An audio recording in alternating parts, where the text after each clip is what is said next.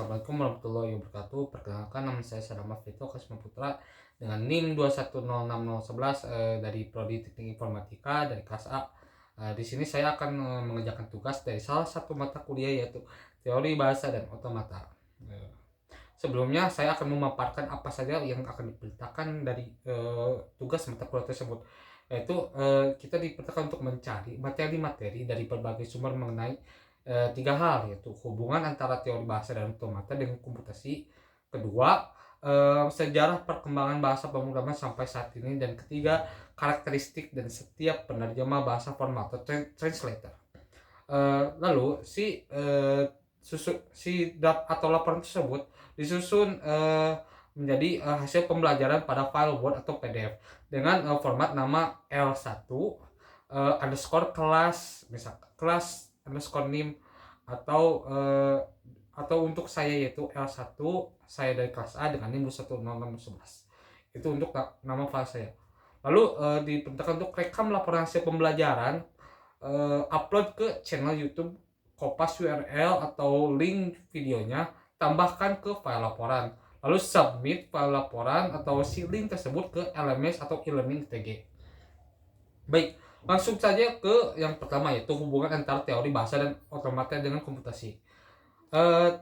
Teori bahasa dan otomata adalah dua konsep penting dalam ilmu komputer dan ilmu bahasa.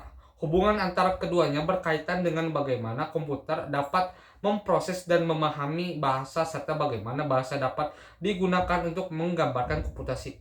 Berikut adalah penjelasan lebih lanjut mengenai hubungan teori bahasa dan otomata dengan komputasi.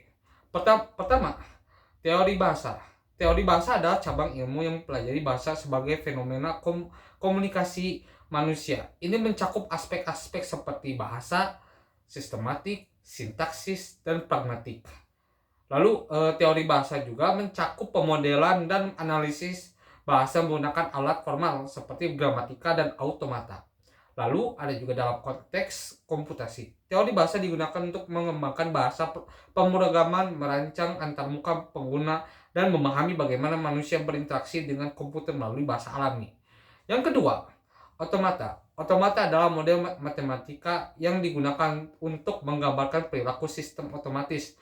Mereka terdiri dari sejumlah keadaan atau state yang berubah dari satu keadaan ke keadaan lainnya berdasarkan serangkaian masukan atau peraturan tertentu. Lalu otomata dapat digunakan untuk menggambarkan komputasi dalam banyak konteks, termasuk otomata terhingga, otomata Turing, dan otomata berhingga non-deterministik. Lalu otomata memiliki hubungan erat bahasa formal dan digunakan untuk memodelkan bahasa yang dapat diterima atau dihasilkan oleh mesin komputasi. Lalu hubungannya, yaitu hubungan antar teori bahasa dan otomata dengan komputasi, yaitu terdiri dari ada 4 hal. Pertama, teori bahasa dan otomata saling terikat dalam konteks komputasi karena otomata digunakan untuk memodelkan komputasi dan bahasa digunakan untuk menggambarkan input dan output dari komputasi tersebut. Lalu bahasa formal seperti bahasa konteks bebas atau konteks free language digunakan untuk mendefinisikan sintaksis dalam bahasa pemrograman, dan otomata seperti mesin Turing digunakan untuk menjalankan pemrograman komputer. Lalu otomata dapat digunakan untuk mengenali dan memproses bahasa formal seperti memvalidasi sintaksis dalam pemrograman atau mengenali struktur bahasa dalam analisis teks otomatis. Lalu teori bahasa dan otomata juga terkait erat dengan pengembangan compiler yang mengonversi kode sumber dalam bahasa tingkat tinggi menjadi bahasa mesin yang dapat dieksekusi oleh komputer. Lalu yang kedua, sejarah perkembangan bahasa pemrograman sampai saat ini. Sejarah perkembangan bahasa pemrograman adalah cerita panjang yang dimulai sejak awal komputasi. Berikut adalah ikhtisar singkat dari sejarah perkembangan bahasa pemrograman hingga sampai saat ini. Yang pertama, konsep awal pemrograman dari abad ke-19 dan awal abad ke-20. Pemrograman komputer dimulai dengan pengguna instruksi biner dan bahasa mesin yang sangat sulit dimengerti. Ada sedikit alat abstraksi tingkat tinggi pada saat itu. Yang kedua, bahasa mesin. Pada tahun itu, tahun 1940-an dan 1950-an, bahasa mesin menjadi alat pemrograman utama. Setiap jenis komputer memiliki bahasa mesin yang berbeda. Lalu yang ketiga, assembly language. Bahasa perakitan atau assembly language muncul sebagai level abstraksi yang lebih tinggi daripada bahasa mesin. Bahasa ini menggunakan simbol-simbol yang lebih mudah dimengerti daripada kode mesin. Contohnya adalah bahasa assembly untuk komputer-komputer tertentu. Lalu yang keempat, Fortran pada tahun 1957.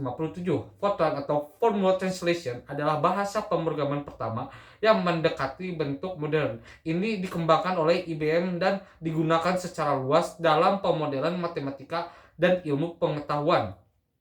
Lalu yang kelima, LISP atau pada tahun 1958. LISP adalah salah satu bahasa pemrograman tertua yang digunakan dalam pemrosesan simbolik dan kecerdasan buatan. Lalu yang keenam ada COBOL atau COBOL pada tahun 1959.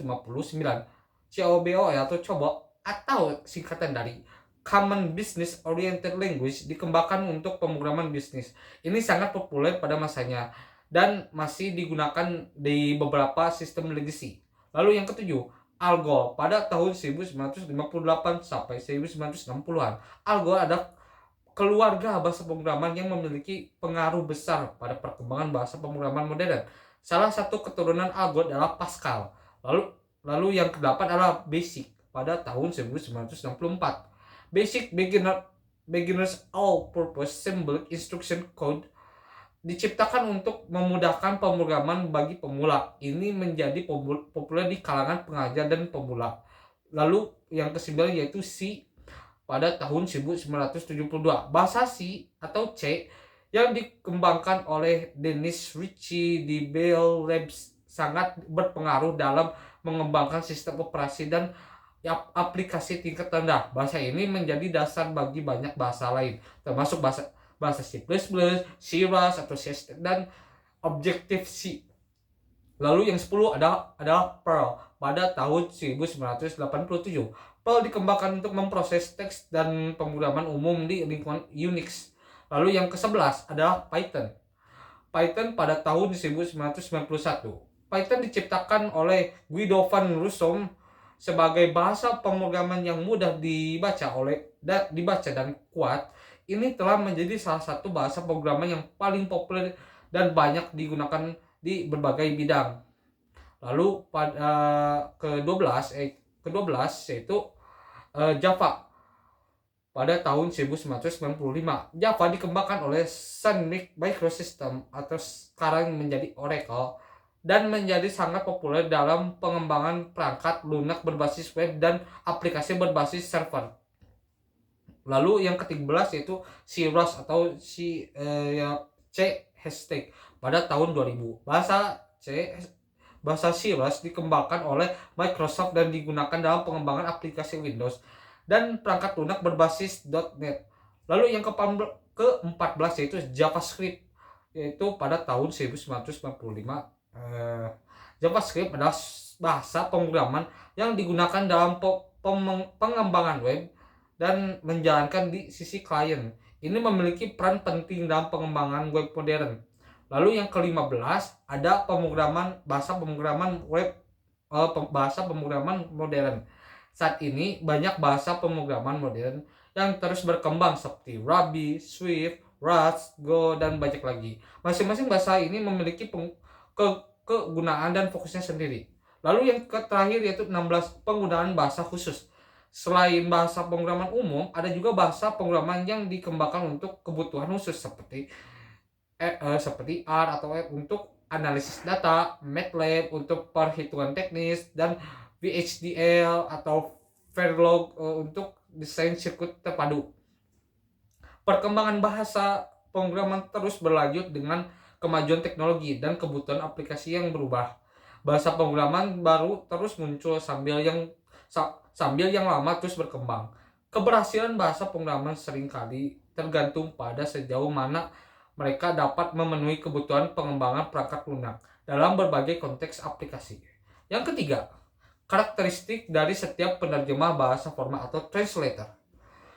Penerjemah bahasa formal atau translator adalah perangkat lunak atau alat yang digunakan untuk mengonversi kode dalam suatu bahasa pemrograman atau bahasa formal ke dalam bahasa lain. Setiap jenis penerjemah bahasa formal memiliki karakteristik khusus yang membedakan dari yang lain.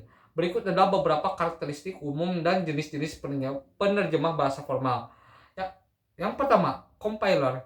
Karakteristik utamanya itu adalah compiler adalah jenis penerjemah yang mengonversi kode sumber dalam bahasa tingkat tinggi ke dalam bahasa mesin atau kode objek yang dapat dieksekusi langsung oleh komputer. Lalu prosesnya compiler melakukan analisis sintaksis dan semantik pada kode sumber dan menghasilkan file objek atau kode mesin. Lalu keuntungannya itu kode hasil kompilasi biasanya lebih cepat dan dieksekusi karena sudah dalam bentuk bahasa mesin. Compiler juga mendeteksi sebagian besar kesalahan pada tahap kompilasi sehingga memungkinkan debugging sebelum program dijalankan. Lalu kekurangannya itu proses kompilasi memerlukan waktu yang lebih lama daripada interpretasi dan setelah perubahan kode perlu mengompilasi ulang. Yang kedua, ada assembler. Karakteristik utamanya yaitu assembler adalah jenis penerjemah bahasa formal yang mengonversi kode sumber dalam bahasa perakitan atau assembly language menjadi bahasa mesin yang dapat dieksekusi oleh komputer. Prosesnya itu assembler membaca kode sumber dalam bahasa perakitan yang menggunakan simbol-simbol yang lebih mudah dimengerti daripada bahasa mesin dan menghasilkan kode mesin yang terkait. Keuntungannya itu assembler memberikan kontrol tingkat rendah atas operasi komputer karena memungkinkan programmer untuk secara langsung mengakses dan memanipulasi register dan memori komputer. Kode hasil asemblasi biasanya sangat efisien dalam penggunaan sumber daya komputer karena bekerja pada tingkat yang sangat rendah. Lalu kekurangannya yaitu kode dalam bahasa perakitannya itu lebih sulit dimengerti dan ditulis daripada bahasa pemrograman tingkat tinggi, sehingga mengharuskan pemrograman memiliki pemahaman yang lebih dalam tentang arsitektur komputer. Probabilitas rendah karena instruksi dalam bahasa perakitan sangat bergantung pada arsitektur komputer tertentu.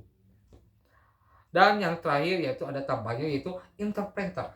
Nah, karakteristik utama itu interpreter adalah penerjemah yang menerjemahkan dan mengeksekusi kode sumber baris per baris pada saat runtime tanpa menghasilkan kode objek terpisah. Prosesnya itu interpreter membaca kode sumber, menerjemahkan dan menjalankan baris per baris. Keuntungannya itu interpretasi memungkinkan pengujian dan debugging lebih mudah karena kesalahan dapat dideteksi saat program dijalankan. Interpreter juga dapat lebih fleksibel dalam menghadapi perubahan kode. Kekurangannya itu kode yang diimplementasikan cenderung lebih lambat dalam eksekusi dibandingkan dengan kode yang dikompilasi. Interpreter perlu memeriksa dan menerjemahkan kode setiap kali. Pada setiap kali pemrograman dijalankan yang dapat memakan waktu. Nah, setiap jenis penerjemah bahasa formal memiliki kelebihan dan kekurangan yang masing-masing. Dan pemilihan jenis penerjemah yang tepat tergantung pada kebutuhan dan tujuan pengembangan perangkat lunak. Beberapa bahasa pemrograman modern bahkan menggunakan campuran dari compiler dan interpreter dan untuk menggabungkan keuntungan keduanya. Contohnya just in time compiler dalam bahasa Java. Nah, mungkin sampai itu yang saya akan bisa paparkan dan saya bisa sampaikan. Mohon maaf bila ada perkataan atau ucapan yang kurang enak atau kurang berkenan. Mungkin cukup sekian dari saya. Wassalamualaikum warahmatullahi wabarakatuh.